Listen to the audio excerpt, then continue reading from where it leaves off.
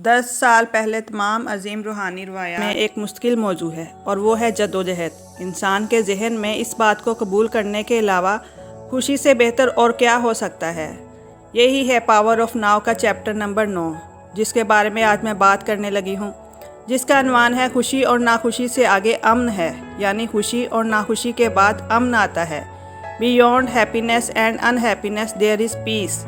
चीज़ों को इस तरह कबूल करना जैसे वो हैं, हर अमन की तरफ तजर्बा करने की तरफ पहला कदम है। अच्छे और बुरे के दोगलेपन से आगे बढ़ें और फ़र्ज़ करें कि हर किस्म के हालात, चाहे वो तकलीफ़ दे ही क्यों ना हो, हमें अमन की तरफ ले जा सकते हैं। ऐसा लगता है कि ज़्यादातर लोगों को मुज़ाहमत से दस्तबरदार होने और कबूल करने से पहले बहुत ज़्यादा मसाइब का सामना करना पड़ता है, और जब वो मसाइब का सामना करते हैं तो एक बहुत बड़ा मौजज़ा होता है।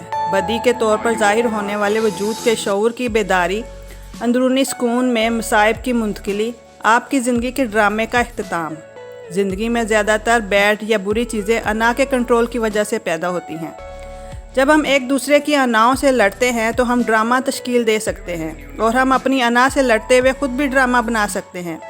जब आप इस चीज़ को मुकम्मल तौर पर कबूल करते हैं जो आपकी ज़िंदगी के तमाम ड्रामों का इख्तिताम है, कोई भी आपसे बहस नहीं कर सकता, चाहे वो कितनी ही कोशिश क्यों ना कर ले। बाशऊर शख्स के लिए मुसाबकती नुक्ता नज़र महज मालूमात हैं। ज़्यादातर लोग अपने मखसूस ज़िंदगी गुजारने के ड्रामे से मोहब्बत करते हैं। इनकी कहानी इनकी पहचान है।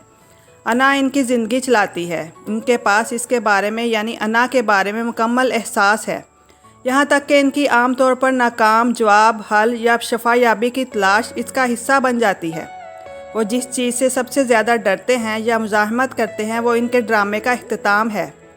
जब तक वो इनका जहन है, वो जिस चीज़ से डरते हैं वो सबसे ज़्यादा मुज़ाहमत करते हैं।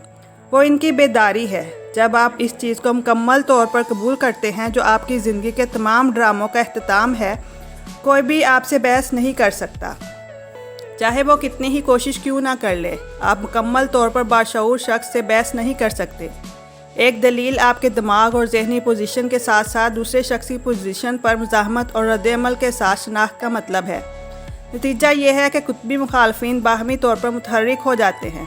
ये बेहोशी की मकानिक्स हैं, यानी अब आप भी अपनी बात को वाज़ेह तौर पर मजबूती से बयान कर सकते हैं, लेकिन इसके पीछे कोई रद्द-ए-अमल कुव्वत नहीं होगी, ना दिफा होगा और ना ही हमला होगा, तो ये ड्रामा में तब्दील नहीं होगा। जब आप मुकम्मल तौर पर होश में आ जाते हैं तो आप तनाज़ात में पड़ जाते हैं। कोई भी शख्स जो अपने साथ नहीं है वो तनाज़े का तसव्वुर भी नहीं कर सकता। मौजज़ात में एक कोर्स बयान करता है। इससे मुराद ना सिर्फ दूसरे लोगों के साथ तनाज़ा है, बल्कि बुनियादी तौर पर आपके अंदर तनाज़ा है, जो इस वक्त ख़त्म हो जाता है जब आपके जहन के मुतालबात और तवक्कुआत के दरमियान कोई तसादुम बाकी नहीं रहता। और क्या है? अदम इस्तेहकाम और ज़िंदगी का चक्कर। अगर पेन बॉडी या जिस्मानी दर्द एक हकीकत हो सकता है, तमाम तकलीफ़ें अज़ा की मुज़ाहमत की वजह से पैदा होती हैं, जैसा कि अक्सर चीज़ें होती भी हैं। तमाम ज़िंदगी के ऊपर और नीचे के चक्कर हैं। ये अना ही है जो अच्छी और बुरी चीज़ों की तारीफ़ करती है। रूहानी इदराक के लिए नीचे साइकिल बिल्कुल ज़रूरी है। आपको किस सतह पर गहरी नाकाफ़ी होती है, जो रूहानी जिहत की तरफ खींचने के लिए किसी गहरे नुकसान या तकलीफ़ का सामना करना पड़ता है, या शायद आपकी कामयाबी खाली और बेमानी होगी और इस वजह से नाकामी साबित हुई। हर कामयाबी में नाकामी पोशीदा है और हर नाकामी में कामयाबी है। इस दुनिया में जिसका कहना है कि शक्ल की सतह पर हर कोई जल्द या बदेर नाकाम होता है और हर कामयाबी आखिरकार बेकार हो जाती है। तमाम शक्लें मुस्तकिल हैं। तमाम अजीम रूहानी रवायात ज़िंदगी के चक्रों से मुंसलिक ना होने की अहमियत पर बात करती हैं और इन चक्रों के लिहाज से ज़िंदगी की अच्छाई या बुराई की वजाहत करती हैं। जब हम ज़िंदगी के चक्रों के साथ आगे बढ़ना शुरू करते हैं तो हमें ज़िंदगी में आसानी मिल जाती है। जो खुशी किसी सानवी ज़रिए से हासिल होती है वो कभी बहुत गहरी नहीं होती। ये सिर्फ होने की खुशी की एक हल्की सी अक्कासी है। मुतहर्रिक अमन जो आपको अदम मुज़ाहमत की हालत में दाखिल होने ही में मिल जाता है, वजूद आपको दिमाग के कतबी मुखालफों से आगे ले जाता है और आपको फार्म पर इन्हिसार को आज़ाद करता है। यहाँ तक कि अगर आप चारों तरफ से टूट फूट का शिकार हो जाएं, तब भी आप सुकून का गहरा अंदरूनी कवर महसूस करेंगे। आप शायद खुश ना हों, लेकिन आपको सुकून मिलेगा और आप सुकून में रहेंगे।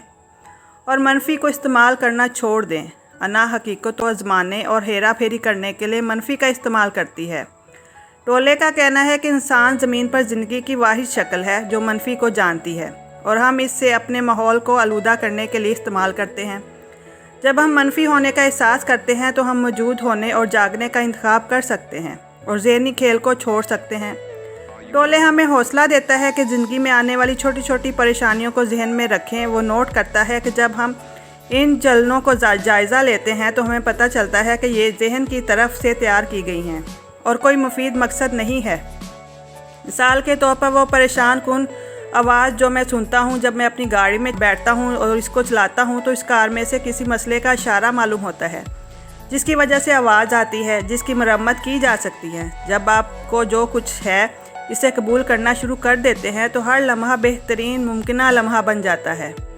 हमदर्दी की नोयत कुछ का ख्याल है कि लाताल्लुकी दूसरों से राब्ता मुनक़ता कर सकती है। टोले इसरार करता है कि इसके बरक्स सच है, जब हम तवक्कुआ से आज़ाद होते हैं तभी दूसरों की तरफ हकीकी हमदर्दी के साथ आगे बढ़ने के लिए आज़ाद होते हैं। हकीकी हमदर्दी या हमदर्दी से बालातर, ये तब तक नहीं होता जब तक खुशी गम के साथ ना मिल जाए। शक्ल से बाहर होने की खुशी, अब्दी ज़िंदगी की खुशी, एक मुख्तलिफ तरतीब की हकीकत। इसका खुलासा एक शक्ल की सूरत में है।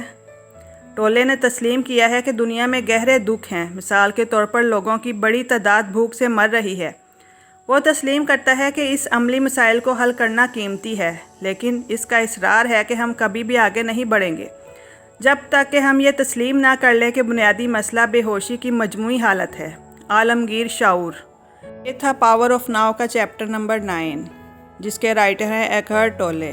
अब हम अपनी अगली वीडियो में चैप्टर नंबर 10 के बारे में बात करेंगे। शुक्रिया।